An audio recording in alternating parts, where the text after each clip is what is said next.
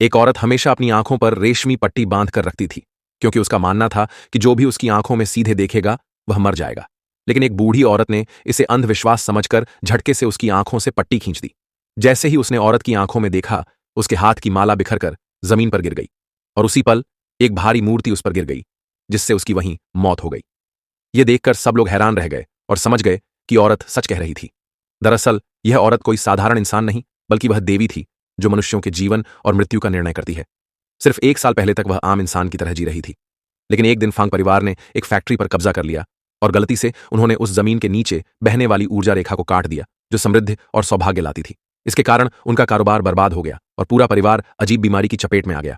तभी परिवार के मुखिया ने अपनी पत्नी और बच्चों को बचाने के लिए सब कुछ उस औरत को समर्पित कर दिया, क्योंकि वही एकमात्र थी जो इस बदकिस्मती को रोक सकती थी।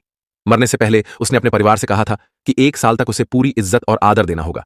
औरत जैसे ही फांग परिवार में आई, रातों रात उनकी बीमारी गायब हो गई और कारोबार इतना बढ़ गया कि वे शहर के सबसे अमीर लोग बन गए। बड़ा बेटा अपने पिता की अंतिम इच्छा के अनुसार उसे सबसे बेहतरीन चीजें देता और रानी जैसा सम्मान करता था, लेकिन उसकी मंगेतर को यह बिल्कुल पसंद नहीं आया। इसलिए उसने अपनी ननद के साथ मिलकर उसे घर से निकालने की योजना बनाई। इसी बीच मैडम फांग का 50वां जन्मदिन आया, जो उस औरत की सुरक्षा का आखिरी दिन भी था। पूरे 1 साल तक उसने अपनी दिव्य आंखों को रेशमी पट्टी से बांध रखा था, जिससे बदकिस्मती बंद रही और परिवार सुरक्षित रहा।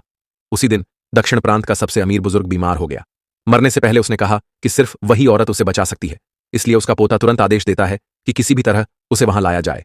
दूसरी तरफ जब मैडम फांग को खबर मिली कि शहर का सबसे अमीर आदमी आने वाला है, तो उसने सोचा कि वह उसे जन्मदिन की शुभकामनाएं देने आ रहा है।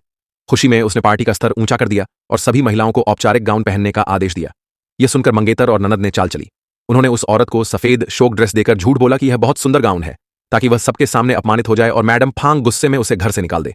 लेकिन औरत पहले ही उनकी चाल समझ चुकी थी और जन्मदिन की पार्टी में वह बेहद शानदार गाउन पहनकर पहुंची। ये देखकर दोनों चालाक लड़कियां हैरान रह गईं। फिर भी मंगेतर हार नहीं मानी। जब सब लोग मैडम फांग को जन्मदिन की शुभकामनाएं देने के लिए घुटनों पर झुक रहे थे, तो उसने कहा कि यह औरत भी, जो 1 साल से फांग परिवार में रह रही है, उसे भी झुककर आदर देना चाहिए।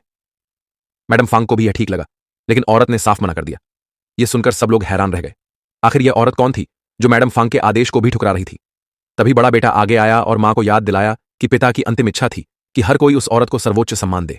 लेकिन मैडम फांग ने इसे नजरअंदाज करते हुए गुस्से में कहा कि हमने 1 साल बेकार इसमें बर्बाद कर दिया, अब इसे भी झुकना ही होगा। उसी समय सबसे अमीर आदमी के भेजे गए लोग पार्टी में पहुंचे। मैडम फांग ने सोचा कि वे उसके लिए आए हैं, लेकिन हकीकत बिल्कुल उलट थी। वे सीधे उस औरत के सामने गए और झुककर उससे विनती करने लगे कि उनके मालिक की जान बचा ले। ये देखकर सब